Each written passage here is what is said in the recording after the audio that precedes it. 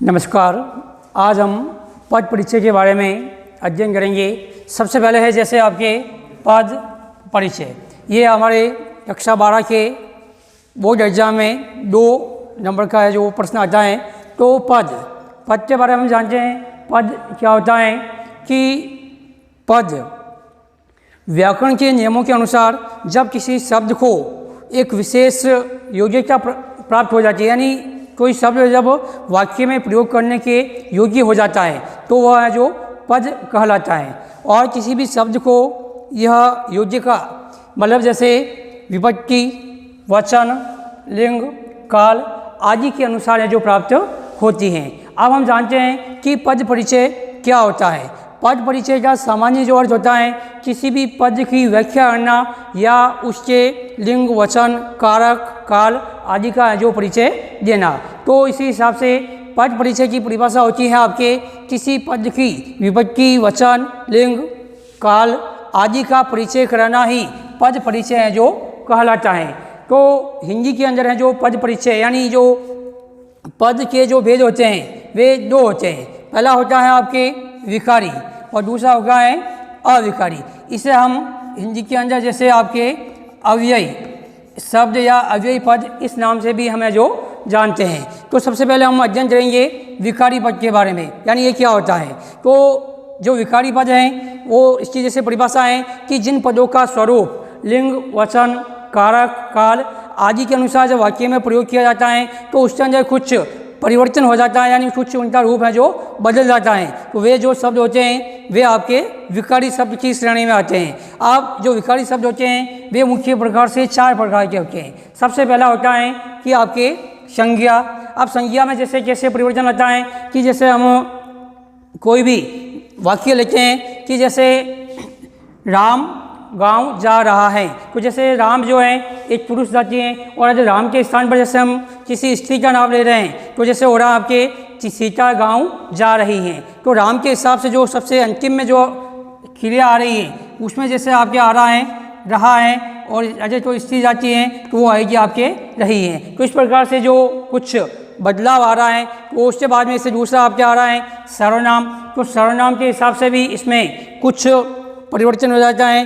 फिर जैसे आपके विशेषण हैं और क्रिया। तो ये जो आपके चारों भेद हैं ये विकारी पद की श्रेणी में है जो आते हैं। अब इसी का जो दूसरा भेद है अविकारी शब्द या अव्ययी। अब अविकारी का मतलब क्या होता है कि ऐसे पद जिनके अंदर कोई विकार या कोई भी परिवर्तन है जो नहीं होता है। तो इसकी परिभाषा क्या होती है कि जिन पदों का स्वरूप लिंग, वचन, कारक, काल आदि के अनुसार उनका जब प्रयोग किया जाता है तो उनके अंदर कोई परिवर्तन है जो नहीं होता है। ये भी आपके मुख्य रूप से 4 प्रकार के होते हैं। अब हम जो है विकारी पदों का थोड़ा विस्तार से जानकारी देते हैं। तो इसमें सबसे पहले मैंने आपको बताया था कि इसका जो पहला बिंदु है वो होता है आपके संज्ञा। अब संज्ञा क्या होता है, तो जो संज्ञा होती है उसका सीधा और सामान्य जो अर्थ होता है उससे मतलब है यानी नाम, यानी संज्ञा का मतलब होता है नाम। जैसे इसकी परिभाषा हो जाएगी आपके किसी प्राणी, वस्तु, स्थान, गुण, भाव आदि के नाम के जो बोध जलाने वाले जो शब्द होते हैं उन सभी शब्दों को हमें जो संज्ञा कहते हैं। आप जैसे ये कुछ उदाहरण दे रखे हैं, जैसे रमेश। रमेश क्या है, किसी का नाम है तो यह आपके संज्ञा की श्रेणी में आता है। जैसे सोहन है, मनुष्य है, गाय, नदी, तो इस प्रकार से बुढ़ापा, तो ये सभी हैं जो संज्ञा की श्रेणी में आते हैं। तो हिंदी के अंदर जो संज्ञा होती हैं उसके मुख्य जो प्रमुख भेद होते हैं वे 3 माने जाते हैं। सबसे पहला भेद होता है आपके व्यक्तिवाचक संज्ञा। अब इसकी परिभाषा क्या होती है कि जिन संज्ञा शब्दों से किसी व्यक्ति के नाम या वस्तु, स्थान आदि का जो बोध होता है तो उसे हमें जो व्यक्तिवाचक संज्ञा कहते हैं। और जो व्यक्तिवाचक संज्ञा होती हैं वह सदैव एक ही यानी एक वचन में ही होती हैं। जैसे मोहन है जो किसी एक ही इंसान का नाम है, एक ही मनुष्य का नाम है। अब है आपके हिमालय क्या है कि एक पर्वत का नाम है, एक तो हिमालय हो गया। फिर जैसे जोधपुर है तो ये सभी एक वचन की श्रेणी में आते हैं, इसलिए ये आपके हो गया आपके व्यक्तिवाचक संज्ञा का जो दूसरा रूप आता है वो है आपके जातिवाचक संज्ञा। अब इसकी परिभाषा क्या हो जाती है कि जिन शब्दों से किसी प्राणी वस्तु स्थान की संपूर्ण जाति का बोध होता है। व्यक्तिवाचक संज्ञा में क्या होता है कि एक ही वस्तु या व्यक्ति के बारे में बताया जाता है। जातिवाचक संज्ञा में संपूर्ण जाति के बारे में बताया जाता है। तो जैसे बालक, अब बालक क्या होता है कि भाई जितने भी छात्र हैं, जितने भी बालक हैं, मनुष्य हैं, ये सभी क्या है जातिवाचक की श्रेणी में आते हैं। अब जैसे नदी, पहले हमने नदी है क्या है जातिवाचक संज्ञा है। और जैसे नदी के आगे हम किसी नदी का नाम लेते हैं, जैसे यमुना है, गंगा है, सरस्वती है, तो ये क्या हो जाता है एक हो जाती है। तो फिर उसके बाद में वो है जो व्यक्तिवाचक संज्ञा की श्रेणी में आते हैं, जैसे पर्वत, शहर। तो इस प्रकार से ये जो है आपके जातिवाचक संज्ञा की श्रेणी में आते हैं। अब संज्ञा का ही तीसरा रूप लेते हैं हम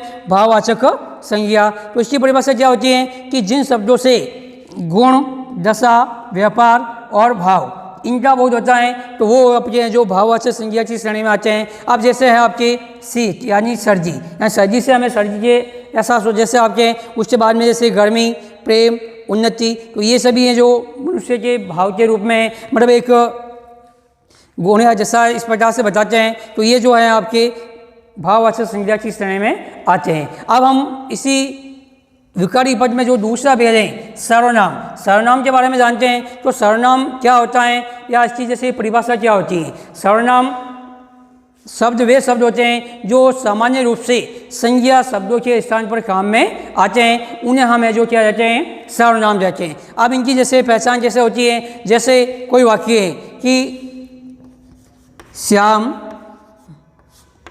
जोधपुर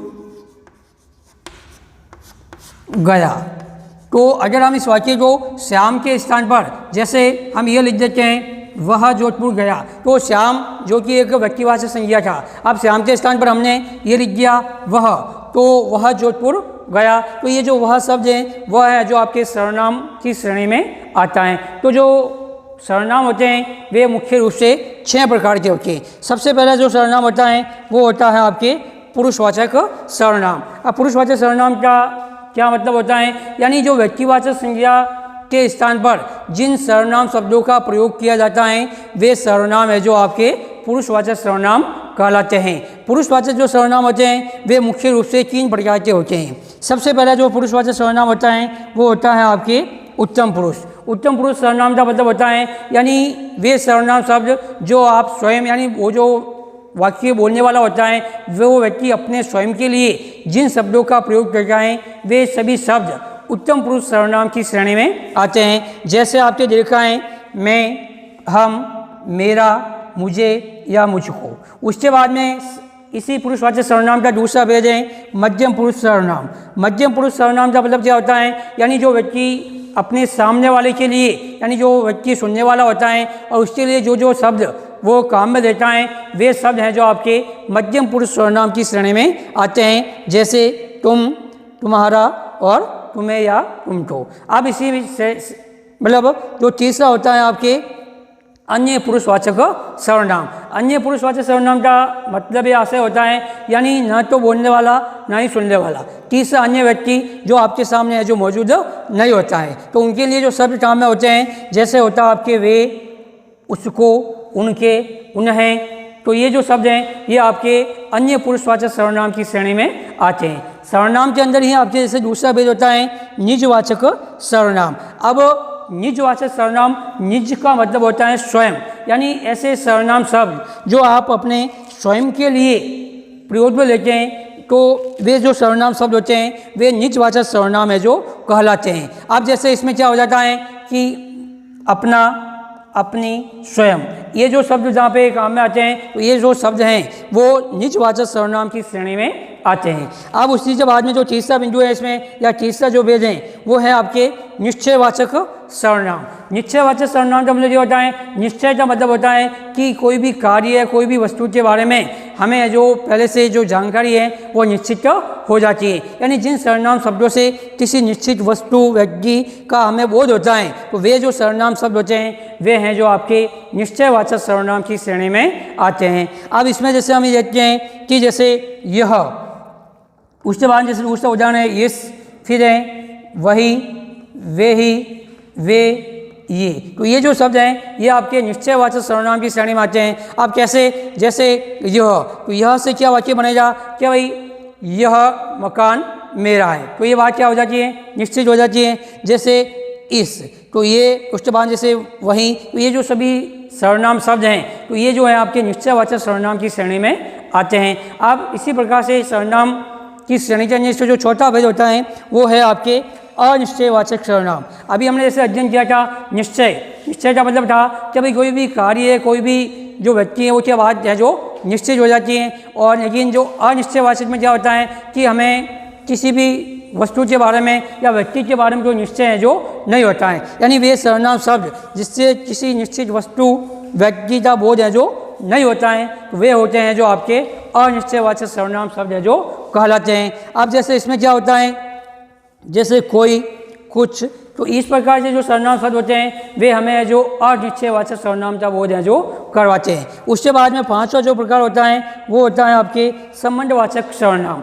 संबंधवाचक सर्वनाम का मतलब क्या होता है कि भाई ऐसे सर्वनाम शब्द जो दो वस्तुओं के बीच में या दो व्यक्तियों के बीच में कुछ संबंध स्थापित रहते हैं या कुछ संबंध के बारे में जानकारी प्रदान करते हैं, तो वे जो सर्वनाम शब्द होते हैं वे संबंधवाचक सर्वनाम है जो कहलाते हैं। जैसे जो, जिसे, जिन्हें, तो ये जो सर्वनाम शब्द हैं ये आपके संबंधवाचक सर्वनाम की श्रेणी में आते हैं। इसके बाद में हम अध्ययन करते हैं कि सर्वनाम का जो सबसे अंतिम जो भेद है वो है आपके प्रश्नवाचक। प्रश्न का मतलब होता है कि कोई भी प्रश्न बनाना, यानी ऐसे सर्वनाम शब्द जिनसे कुछ नया प्रश्न बनता है या जैसे प्रश्न बनने का बोझ होता है, तो वे जो सर्वनाम शब्द होते हैं वे प्रश्नवाचक सर्वनाम की श्रेणी में आते हैं। जैसे उदाहरण के तौर पर है कौन, क्या, किस, तो इस प्रकार से जो शब्द होते हैं इनका जब प्रयोग किया जाता है तो किसी प्रकार का कोई प्रश्न बनाने के लिए किया जाता है। अब हम जैसे देखते हैं कि भाई किसी संज्ञा के बारे में उसका जो परिचय है वो है जो किस प्रकार से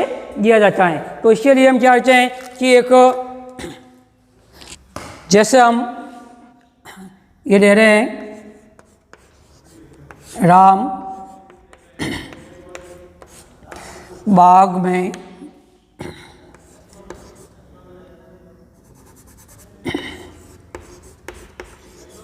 आम खा रहा है, तो इसमें हम सबसे पहले हमें संज्ञा संबंधी पद परिचय बताना है। तो फिर सबसे पहले हमें ये मालूम होना चाहिए कि इस वाक्य के अंदर संज्ञा है जो कौन कौन सी है। तो इसके बारे में हम जानने के लिए सबसे पहले ये देखते हैं कि संज्ञा के बारे में हमने जाना था। तो सबसे पहली संज्ञा है इसमें आपके राम, उसके बाद जो दूसरी संज्ञा आती है वो है आपके बाग में, और तीसरी जो संज्ञा है वो है आपके आम। इस प्रकार से इस एक ही वाक्य के अंदर तीन जो संज्ञा पद हैं या संज्ञा शब्द हैं जो दे रखे हैं। तो सबसे पहले हमें जो परिचय देते हैं राम के बारे में। राम, तो आपको अभी हमने संज्ञा के तीनों भेदों के बारे में बताया था, व्यक्तिवाचक संज्ञा, जातिवाचक और भाववाचक। अब जो राम है, राम क्या है, एक पुरुष का है जो नाम है और एक वचन के रूप में है। तो ये जो संज्ञा है वो किस श्रेणी में आ जाएगी, आपके व्यक्तिवाचक संज्ञा।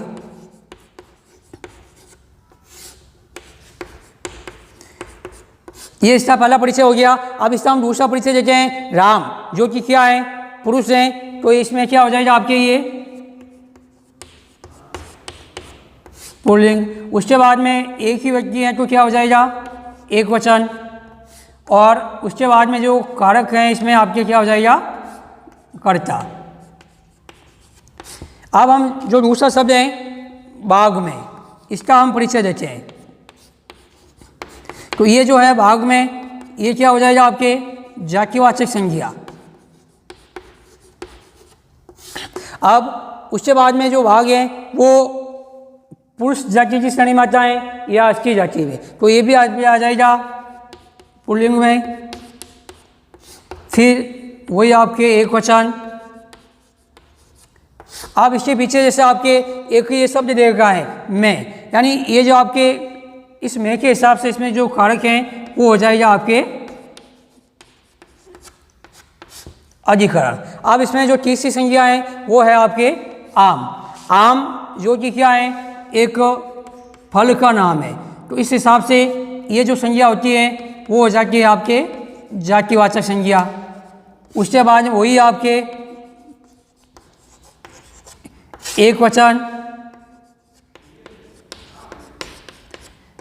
पुल्लिंग। और ये जो आम है वो इस राम के द्वारा किया गया कर्म यानी का प्रभाव पड़ रहा है, तो इसमें जो कारक हैं वो हो जाएगा आपके कर्म कारक। तो इस प्रकार से संज्ञा का जो पद परिचय है, यानी एक ही वाक्य के अंदर आपकी पहली संज्ञा होगी राम, दूसरी होगी भाग में और तीसरी होगी आपके आम। तो इस प्रकार से ये जो राम पद हैं या राम शब्द हैं, इसका जो परिचय यानी जैसे व्यक्तिवाचक संज्ञा है, पुल्लिंग है, एक वचन है, कर्ता कारक है, तो इस प्रकार से ये जो इसका परिचय है जो दिया जाता है।